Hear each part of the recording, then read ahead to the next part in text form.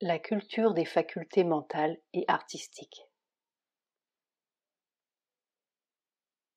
Faire beaucoup de choses différentes. Douce mère. À l'école, il n'est pas possible de poursuivre beaucoup de sujets. On doit se spécialiser. Oui, oui, j'ai entendu dire cela, spécialement par vos professeurs. Je ne suis pas d'accord. Et je sais bien, on me rabâche cela tout le temps. Si l'on veut faire une chose convenablement, il faut se spécialiser. C'est la même chose aussi pour les sports. C'est la même chose pour tout dans la vie. On le dit et on le répète, et il y a des gens pour le prouver. Pour faire quelque chose de bien, il faut se spécialiser. Il faut faire cela et se concentrer. Si l'on veut être un bon philosophe, il faut faire seulement de la philosophie. Si l'on veut être un bon chimiste, il faut faire seulement de la chimie. Et si l'on veut être un bon joueur de tennis, il faut jouer seulement au tennis. Ce n'est pas mon avis, c'est tout ce que je puis dire. Mon expérience n'est pas comme ça. Je crois qu'il y a des facultés générales et qu'il est beaucoup plus important de les acquérir que de se spécialiser.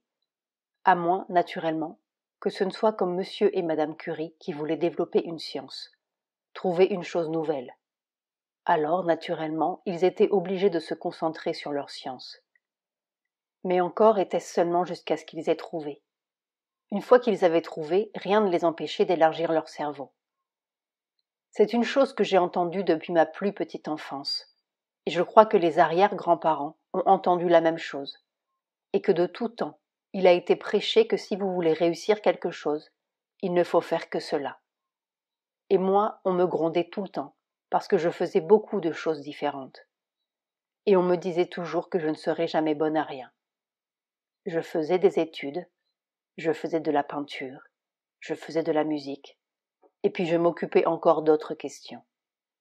Et on m'a dit que ma musique ne vaudrait rien, ma peinture ne vaudrait rien, et que mes études seraient tout à fait incomplètes. C'est probablement tout à fait vrai, mais enfin j'ai trouvé que cela avait des avantages. Justement les avantages dont je parle, d'élargir, d'assouplir son cerveau et la compréhension. Éducation et liberté. N'est-ce pas, la grande chose ici, c'est que le principe d'éducation est un principe de liberté, et en somme, toute la vie est organisée sur le maximum de liberté possible dans le mouvement. C'est-à-dire que les règles, les règlements, les restrictions sont réduits absolument au minimum. Si l'on compare cela avec la façon dont les parents usuellement éduquent leurs enfants, avec constamment des « ne fais pas ça »,« il est défendu de faire ça »,« fais ceci »,« va faire ça », et, n'est-ce pas, des ordres et des défenses, il y a une différence considérable. Dans les écoles et les collèges, partout, il y a des règles infiniment plus strictes que nous n'en avons ici. Alors, comme on ne met pas sur vous de conditions absolues de faire des progrès, vous en faites quand ça vous plaît. Vous n'en faites pas quand ça ne vous plaît pas, et puis vous prenez les choses aussi facilement que vous pouvez. Il y en a, je ne dis pas ça d'une façon absolue, il y en a qui essayent, mais ils essayent spontanément. Naturellement, au point de vue spirituel, cela a infiniment plus de valeur. Le progrès que vous ferez, parce que vous sentez en vous-même le besoin de le faire, parce que c'est une impulsion qui vous pousse en avant spontanément, et non pas parce que c'est une chose que l'on met sur vous comme une règle, ce progrès-là, au point de vue spirituel, est infiniment supérieur. Tout ce qui en vous essaye de faire bien, il essaye de le faire spontanément et sincèrement. C'est quelque chose qui vient du dedans de vous-même, et non pas parce qu'on vous a promis des récompenses si vous faites bien, et des punitions si vous faites mal. Notre système n'est pas basé là-dessus.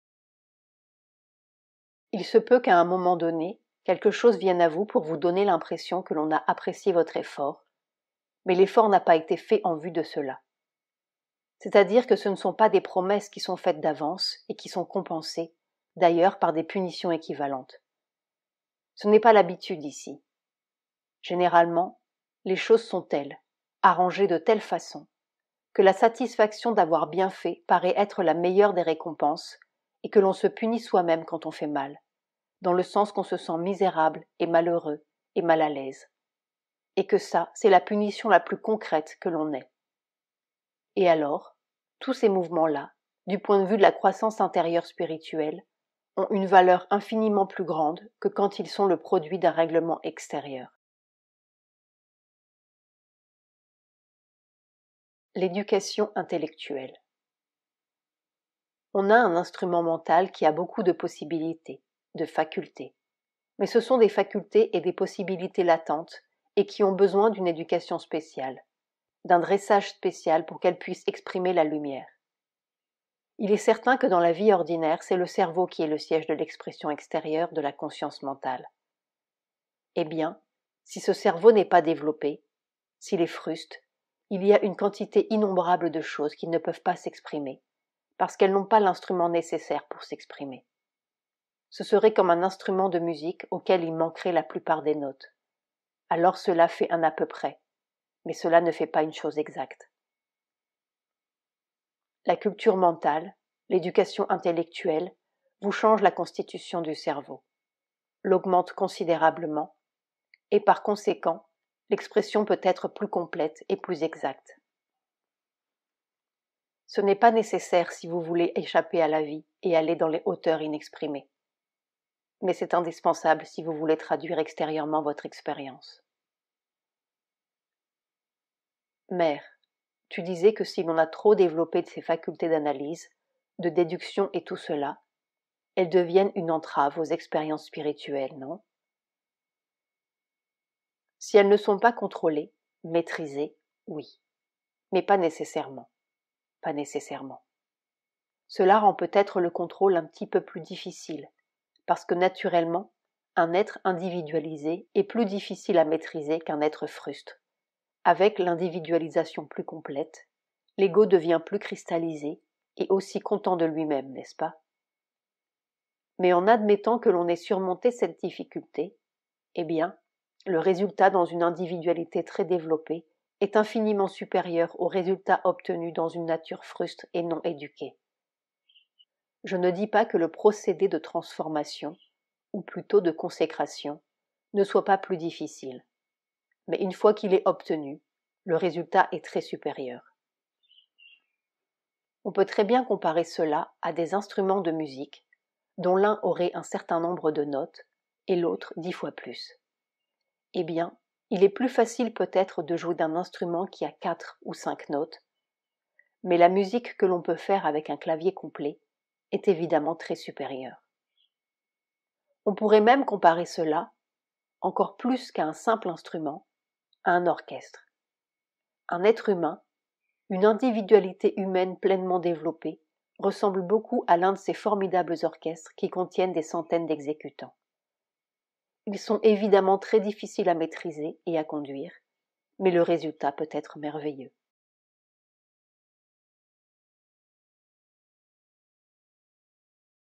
Organiser ses idées.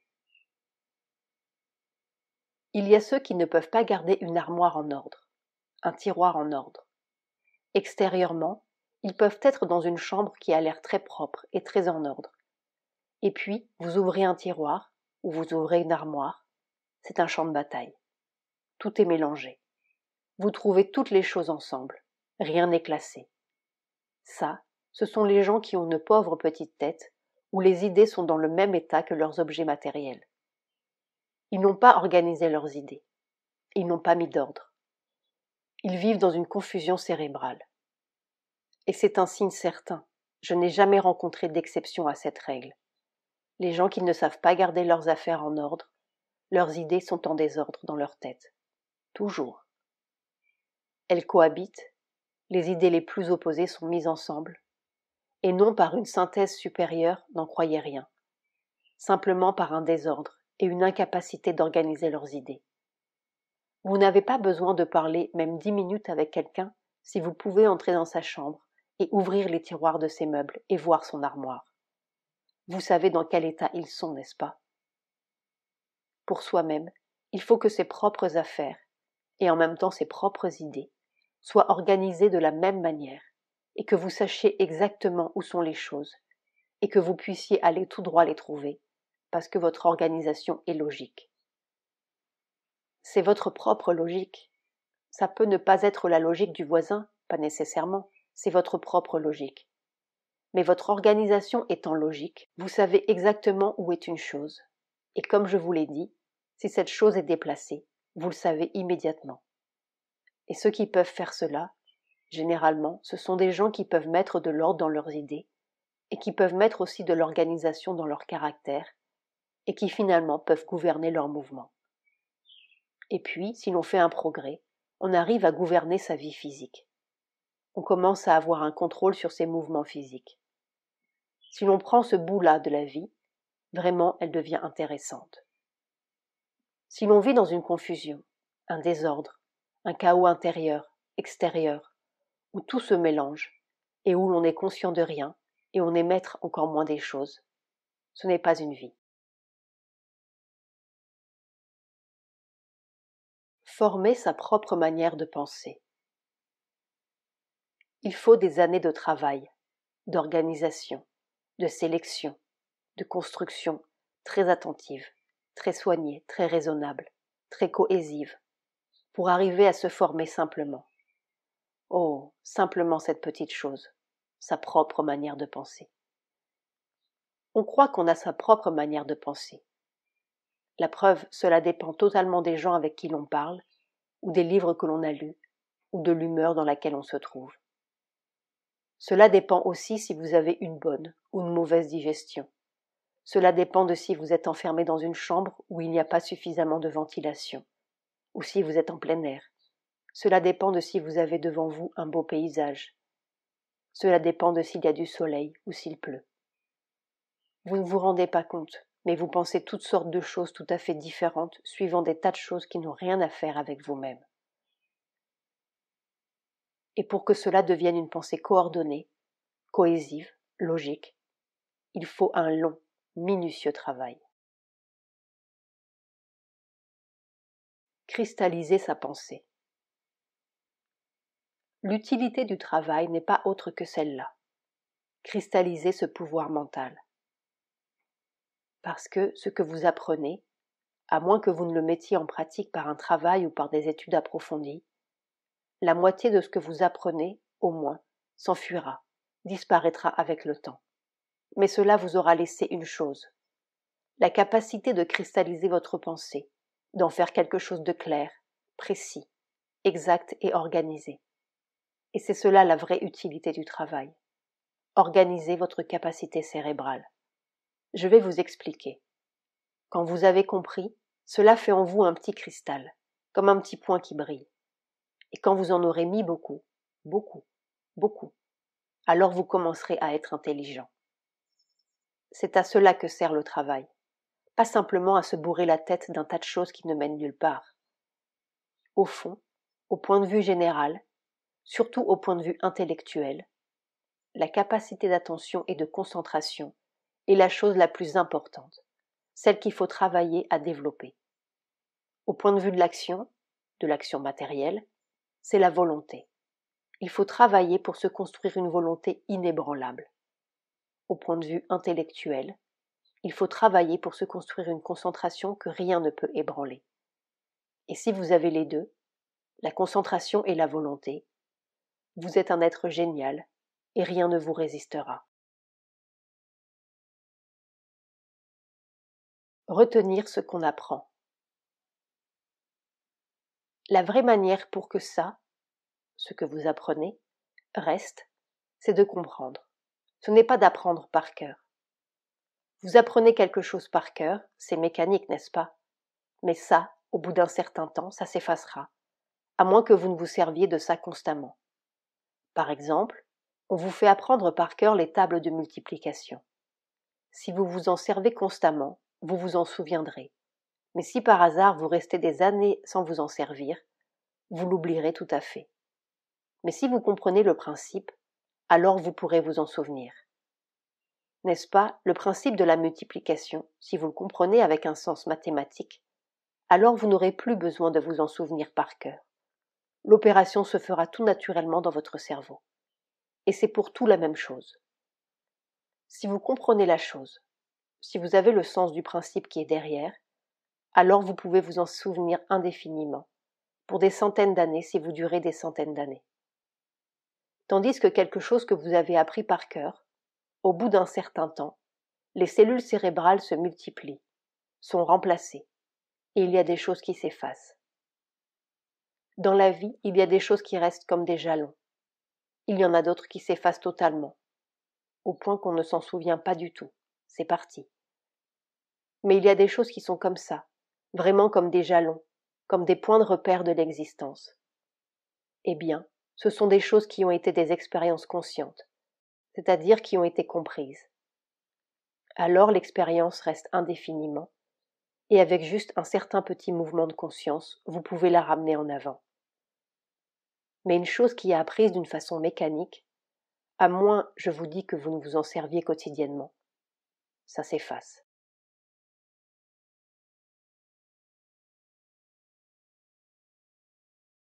La voie ensoleillée, la mer.